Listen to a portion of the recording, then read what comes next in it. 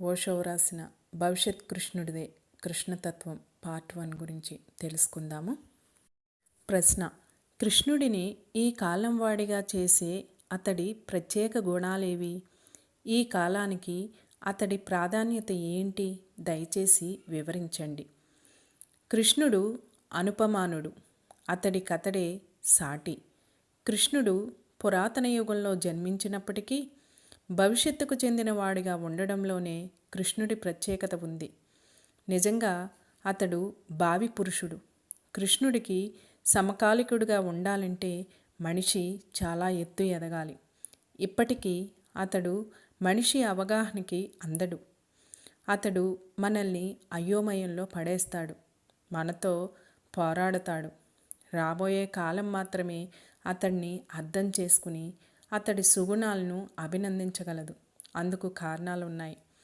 ప్రధాన కారణం: మన చరిత్ర మొత్తంలో అత్యంత ఉన్నత స్థాయి ఆధ్యాత్మిక లోతులను స్పృశించిన ఒకే ఒక వ్యక్తి కృష్ణుడు. అంతేకాక అతడు గంభీరంగా కానీ విచారంగా కన్నీళ్లు పెడుతూ కానీ ఉండడు.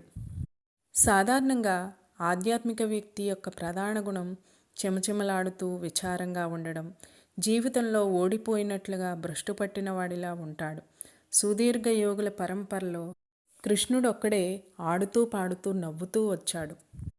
ప్రాచీన మతాలన్నీ జీవితాన్ని తిరస్కరించాయి.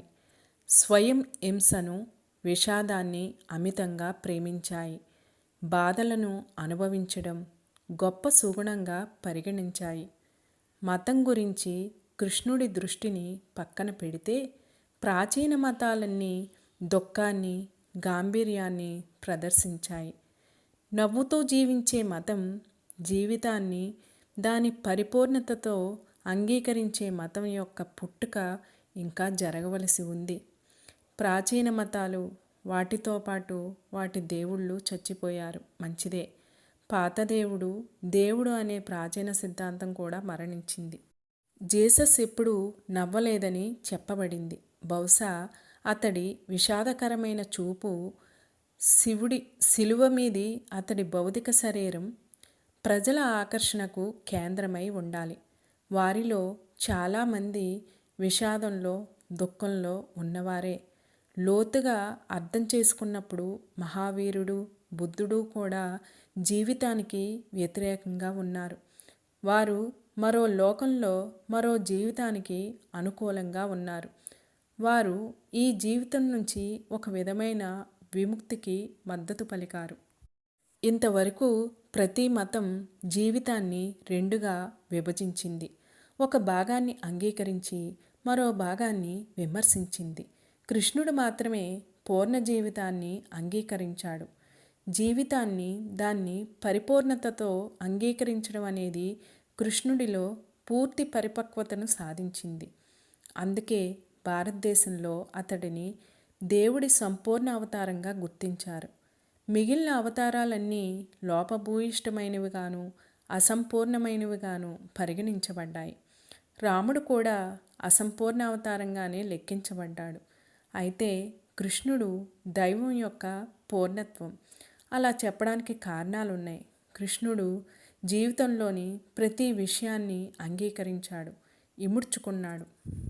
ఆల్బర్ట్ స్వేర్జర్ భారతదేశ మతాలను విమర్శిస్తూ గమనించదగ్గ వ్యాఖ్య చేశాడు. ఈ దేశపు మతం జీవితానికి వ్యతిరేకి అన్నాడు. కృష్ణుణ్ణి వదిలేస్తే ఈ వాక్య చాలా వరకు సరైనదే. అయితే కృష్ణుడి విషయంలో అది పూర్తిగా తప్పు. స్వేర్జర్ కృష్ణుణ్ణి అర్థం చేసుకోవడానికి ప్రయత్నించి ఉంటే అతడు ఆ మాట అని ఉండేవాడు కాదు. అయితే మన జీవితాలను విస్తృత పరిధిలో ప్రభావితం చేయడానికి కృష్ణుణ్ణి అనుమతించకపోవడం మన దురదృష్టం. అతడు సుఖదుఖాలనే ఈ జీవిత విశాల సాగరంలో ఆనందంగా నాట్యం చేస్తున్న ఒంటరి దీవిలా మిగిలిపోతాడు. లేదా అతడు మన వాస్తవమైన దుఃఖం, వ్యతిరేక భావం, అణిచివేత, నిరసనల అనంతమైన ఎడారిలో ఆనంద తాండవంతో పండగ చేసుకుంటున్న ఒయాసిసు అని చెప్పవచ్చు. కృష్ణుడు మన జీవితంలో అన్ని కోణాలను ప్రభావితం చేయలేకపోయాడు. దీనికి మనల్ని మనమే నిందించుకోవాలి. ఇందులో కృష్ణుడికి కనీస బాధ్యత కూడా లేదు. అతడు మనతో ఉండడానికి, అతడిని ఆకలింపు చేసుకోవడానికి, అతడిని మనలో కలుపుకోవడానికి మనం అనర్హులం, తగనివారం. ఇంతవరకు మనిషి మనసు జీవితాన్ని విడదీసి ఆలోచించింది, విడివిడిగానే చూసింది. గతి తార్కికంగా ఆలోచించింది. ఆధ్యాత్మికవాది శరీరాన్ని కాదంటాడు, ఆత్మను అంగీకరిస్తాడు. జరిగిన ప్రమాదం ఏంటంటే అతడు శరీరానికి ఆత్మకు మధ్య వైరుధ్యాన్ని, వైషమ్యాన్ని కలుగచేశాడు. అతడు ఈ ప్రపంచాన్ని కాదంటాడు, పరలోకాన్ని అంగీకరిస్తాడు. అలా ఆ రెండింటి మధ్య వైరాన్ని కలుగచేస్తాడు. శరీరాన్ని కాదనుకుంటే సహజంగానే జీవితం దుఃఖంగా, విషాదంగా ఉంటుంది. ఎందుకంటే జీవితంలోని ఆనందానికి, రసస్ఫూర్తికి దాని ఆరోగ్యం, జవజీవాలు, సున్నితత్వం, అందం, సంగీతం, శరీరమే మూలం. కాబట్టి ఏ మతమైతే శరీరాన్ని తిరస్కరిస్తుందో అది రక్తహీనతతో అనారోగ్యంగా ఉండక తప్పదు. అది కాంతిహీనంగా ఉంటుంది. అలాంటి మతం పాలిపోయి నిర్జీవంగా చెట్టు నుండి రాలిన ఎండుటాకులా ఉంటుంది. అలాంటి మతాన్ని అనుసరించేవారు దానిచే ప్రభావితం అవ్వడానికి, దాని నియంత్రణలో ఉండడానికి అనుమతించేవారు రక్తహీనులై చావుకు దగ్గరగా ఉంటారు. కృష్ణుడొక్కడే శరీరాన్ని సంపూర్ణంగా అంగీకరిస్తాడు. అతడు దాన్ని కొన్ని ఎన్నుకున్న కోణాల్లో మాత్రమే అంగీకరించడు, దాన్ని అన్ని కోణాల్లోనూ అంగీకరిస్తాడు. కృష్ణుడు లాంటి మరొకడు జరతుష్ట్రుడు. అతడు నవ్వుతూ పుట్టాడని చెప్తారు. ప్రతి బిడ్డ ఈ లోకంలోకి ఏడుస్తూనే ప్రవేశిస్తుంది. చరిత్రలో జన్మించే సమయంలో ఒక్కరు మాత్రమే నవ్వుతూ పుట్టారు, అది జరతుష్ట్రుడు. ఇదే సూచన. ఆనందంతో నవ్వుతూ ఉండే మానవజాతి ఇంకా జన్మించవలసి ఉంది అనే సత్యాన్ని అది సూచిస్తుంది. ఆనందంతో నవ్వుతూ ఉండే మానవజాతి మాత్రమే కృష్ణుణ్ణి అంగీకరించగలదు. కృష్ణుడికి గొప్ప భవిష్యత్తు ఉంది. ఫ్రాయిడ్ తర్వాత మతం ముందులా ఉండదు. గతంలోని మతానికి, భవిష్యత్ మతానికి మధ్య ఫ్రాయిడ్ ఒక విభజన రేఖలా నిలబడతాడు. ఫ్రాయిడ్ వల్ల గొప్ప విప్లవం సంభవించింది. మానవ చైతన్యం కొత్త పుంతలు తొక్కింది.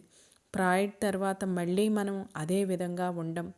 చైతన్యం కొత్త శిఖరాగ్రాన్ని తాకింది. సరికొత్త అవగాహన, సరికొత్త దృక్పథం, జీవితంలో సరికొత్త దృష్టి వచ్చింది. దీన్ని సరిగా అర్థం చేసుకోవడం అవసరం.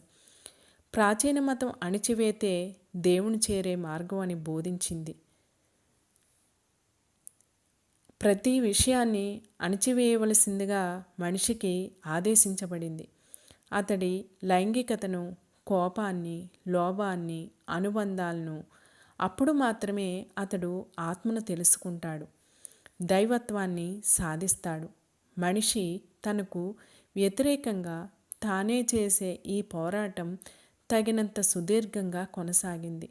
వేల సంవత్సరాలుగా జరిగిన ఈ పోరాటంలో బహుకొద్ది వేళ్ల మీద లెక్కించగలిగినంత మంది మాత్రమే దైవాన్ని తెలుసుకోగలిగారు. కాబట్టి ఒక రకంగా మనం పోరాటంలో ఓడిపోయాం. ఎందుకంటే శతాబ్దాలుగా కోట్లాది మానవజాతి ఆత్మను తెలుసుకోకుండానే మరణించింది, దేవుణ్ణి దర్శించకుండానే మరణించింది. ధన్యవాదాలు మిత్రులారా. మిగతా జ్ఞానాన్ని తదుపరి అంశంలో తెలుసుకుందాం.